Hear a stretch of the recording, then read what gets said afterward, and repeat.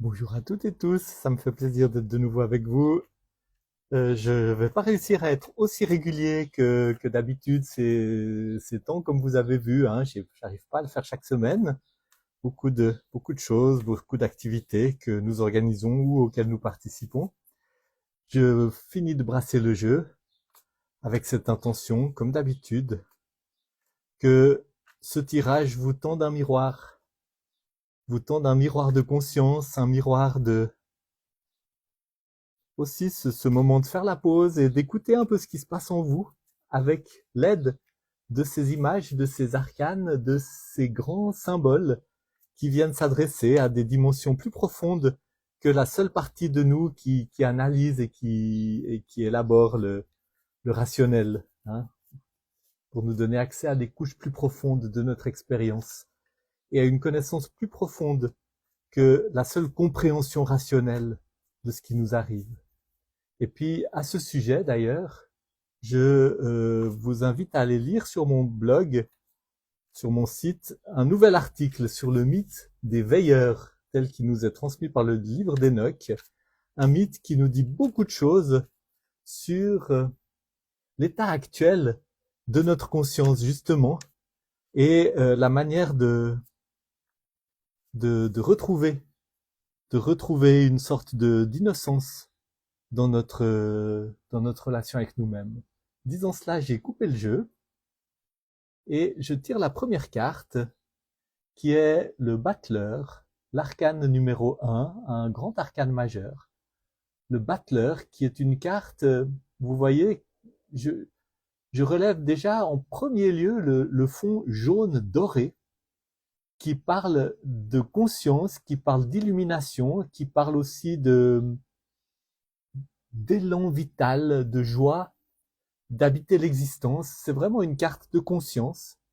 Le battleur, c'est celui qui commence le chemin. C'est un peu l'archétype de l'enfant, dans le sens de celui pour lequel tout est ouvert. Il porte en lui tous les potentiels. C'est pour ça qu'il a sur sa table le bâton, la coupe, le denier et l'épée, qui sont les quatre couleurs des arcanes mineures et qui sont les quatre dimensions de l'expérience humaine, les quatre dimensions de l'expérience dans la matière.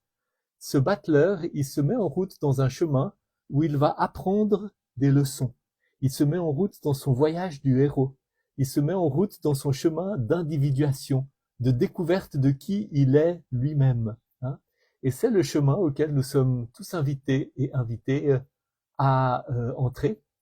C'est pour ça qu'il est vêtu d'une tunique blanche qui parle d'innocence, de pureté, de tous les potentiels sont là, et en même temps du rouge de la vie, de l'incarnation, de la matière et de l'élan vital, hein. Il se met en route dans un chemin et vous remarquez aussi la nature qui l'entoure.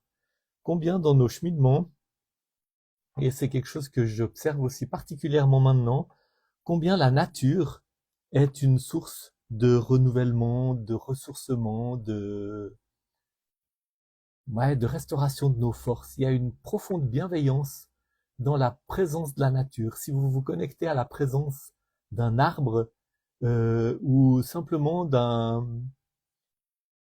ça peut être aussi les éléments, ça peut être l'eau d'un lac, ça peut être donc, ces éléments naturels communiquent quelque chose de l'apaisement et du ressourcement de l'énergie vitale dont nous avons profondément besoin en tant qu'être humain pour continuer notre chemin.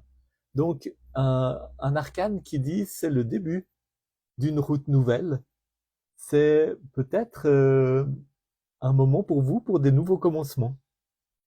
Et c'est aussi un moment pour vous rendre compte que vous portez en vous tous les potentiels. Aucune partie de l'expérience humaine ne vous est fermée. Vous avez des expériences à faire avec le feu, des expériences à faire pour faire grandir votre énergie vitale, pour l'habiter, pour la centrer, pour trouver comment ne pas la disperser.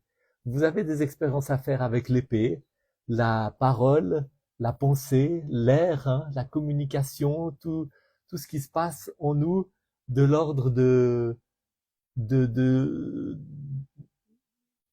de la dimension moins matérielle, hein, l'imagination, la pensée, et sortir des pensées qui enferment, des pensées qui tournent en rond, des pensées qui obsèdent, pour entrer dans un monde de pensées vaste, un monde de pensées où il y a de la place pour le silence, où il y a de la place pour explorer, où il y a de la place pour laisser venir l'inspiration et l'intuition.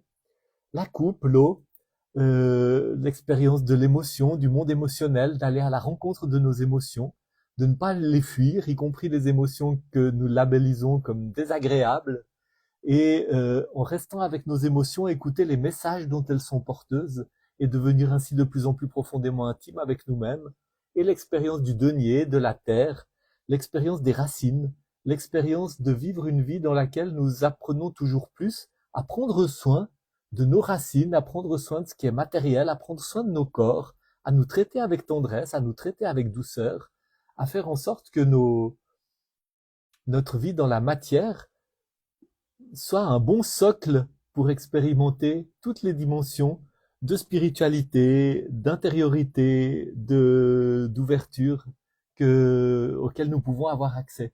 C'est très difficile de s'ouvrir à la spiritualité quand on est juste empêtré dans un corps douloureux et lourd dont on n'a pas bien pris soin.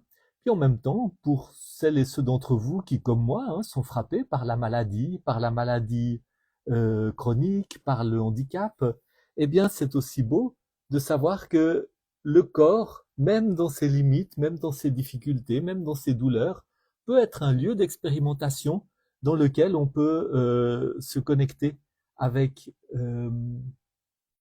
avec le feu, avec l'air, avec l'eau, un lieu dans lequel il y a quelque chose à écouter, il y a quelque chose à vivre, il y a des racines à pousser. Ce battleur, le grand message qu'il vous adresse, c'est soyez présent, soyez présente, soyez présent et présente à votre expérience ici sur Terre. Soyez là pour vous, ne vous lâchez pas. Soyez là pour vous d'une manière inconditionnelle. Soyez votre plus grand allié, votre plus grande alliée. Et c'est ainsi que vous parcourrez ce chemin de découvrir de plus en plus qui vous êtes. Quelle est la carte qui sous-tend ce battleur? Un 9 de coupe. C'est intéressant le 9 de coupe parce que le 9, c'est une carte qui est souvent un peu énigmatique parce qu'on arrive au bout d'un chemin. On a expérimenté beaucoup dans le domaine des couples, c'est-à-dire des émotions et des relations. Puis vous avez ce personnage qui est là un peu assis, satisfait. Il fait pas très envie, hein. On a plutôt l'impression que c'est un gros patapouf qui a trop bu et trop mangé, hein, si on le voit comme ça, ou qui est en tout cas dans une espèce d'autosatisfaction. Euh, le 9 de coupe vient peut-être vous dire, qu'est-ce qu'il peut venir vous dire? Il vient peut-être vous dire que c'est le moment de passer à autre chose, c'est le moment de quitter certaines fausses sécurités, certaines manières de vivre l'expérience ou de vivre les émotions qui vous permet pas de donner toute votre mesure. Vous savez, des fois, on peut avoir l'impression qu'on a tellement vécu qu'on n'a plus grand-chose à apprendre, hein. Cette autosatisfaction de celui qui pense qu'il a tout trouvé, tout compris, tout vécu, c'est quelque chose qui empêche d'être dans l'attitude à laquelle le battleur nous invite. Ça, c'est l'attitude de l'enfant qui découvre le monde. Ça, c'est l'attitude de celui qui croit qu'il a tout compris, qu'il a tout vécu. Ben, effectivement, il n'a plus rien à vivre puisqu'il a tout vécu, alors qu'en fait, la réalité lui offre encore beaucoup de possibilités, lui offre encore beaucoup d'expériences. Je vais chercher dans mon petit grimoire qu'est-ce que j'ai noté pour ce 9 de coupe. Ça m'intrigue juste. Ouais. C'est une carte qui est ambiguë parce qu'elle peut en même temps dire qu'il y a un grand soutien de l'univers, parce qu'il y a eu, il y a beaucoup de force, c'est le moment de faire un vœu, mais c'est aussi une carte qui dit attention à l'auto-indulgence. Euh, Ça peut être la carte de celui qui pense qu'il a fait le tour de tous ses problèmes, hein, qu'il a tout compris, et puis qu'il n'a plus besoin ni d'aide, ni d'apprendre quelque chose, Et ça, c'est vraiment l'expérience, c'est l'attitude parfaite pour ne pas continuer la route. C'est l'attitude parfaite pour justement s'installer dans cette stagnation qui semble quand même auto-indulgente et stérile. Je pense que c'est ça. Je pense que ces deux cartes en contraste mettent en contraste cet esprit du débutant qui a tout à apprendre et qui de ce fait va beaucoup apprendre, va beaucoup découvrir, va vivre même les expériences compliquées, difficiles avec enthousiasme, et cette attitude d'autosatisfaction qui, peut-être qu'il y a eu beaucoup de très très bonnes choses et peut-être qu'il y a beaucoup de soutien, il y a beaucoup de choses sur la table hein, qui sont là chouettes. Et puis ça reste une carte où il y a beaucoup de jaune, il y a beaucoup de conscience, il y a beaucoup d'expériences positives. La nappe est bleue, ce qui est céleste, ce qui montre qu'il y a tout un potentiel. Et puis ces 9 coupes, elles sont abondantes. Mais en même temps, ne pas s'installer dans une attitude qui fait que cette abondance, eh ben, elle est plus une gêne, elle est plus une entrave qu'un soutien, qu'un appui pour aller de l'avant. Puis voyons la carte qui est sous le paquet, puis qui couronne tout ça.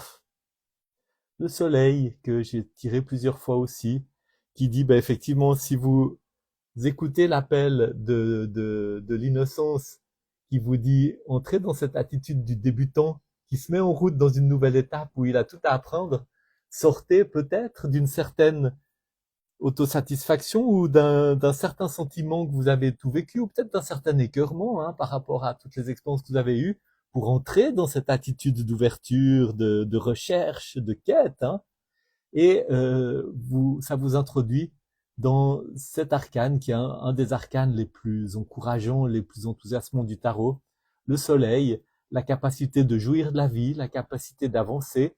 Et vous voyez cet enfant, hein, j'ai parlé de l'archétype de l'enfant qui découvre, qui est enthousiasmé. Effectivement, cet enfant monté sur ce cheval blanc, cet enfant porté par son innocence, peut-être l'innocence retrouvée. Hein. Je suis en train d'écrire un nouveau livre sur retrouver l'innocence quand on a fait le tour de toute son expérience de l'abus, de la souffrance, du traumatisme, quand on a fait le tour des chemins de guérison, quand on a pu trouver le chemin comme je l'ai fait, hein, de pardonner, mais aussi de regarder avec beaucoup de lucidité le mal, la réalité des traumatismes, la réalité des abus qu'on a subis, et puis peut-être aussi du fait des abus qu'on a subis, de tous les pactes qu'on a fait avec des forces de néant, avec des forces de mal, pour retrouver un peu de puissance. Hein. Quand on a fait ce chemin, qui est un chemin de guérison, de restauration, d'aller à la rencontre des parties de nous qui ont été exilées, des parties de nous qui sont profondément blessées, l'étape qui s'ouvre, c'est l'étape de retrouver l'innocence, de retrouver mieux que ce qui a été perdu. Hein. Et cet enfant, il est sur ce cheval blanc qui symbolise l'innocence, qui l'emmène vers de nouveaux territoires, qui l'emmène vers de nouvelles expériences et vers une capacité de célébrer, de jouir de la vie, de répandre aussi la lumière et la bénédiction. Il y a vraiment une carte extrêmement victorieuse, extrêmement vivante, extrêmement porteuse. Et c'est dans cela que nous sommes toutes et toutes invitées à entrer de plus en plus profondément. Et c'est dommage de se contenter de moi. Voilà, je vous laisse avec tout ça. Merci beaucoup pour votre écoute. Bon dimanche à toutes et à tous et à bientôt.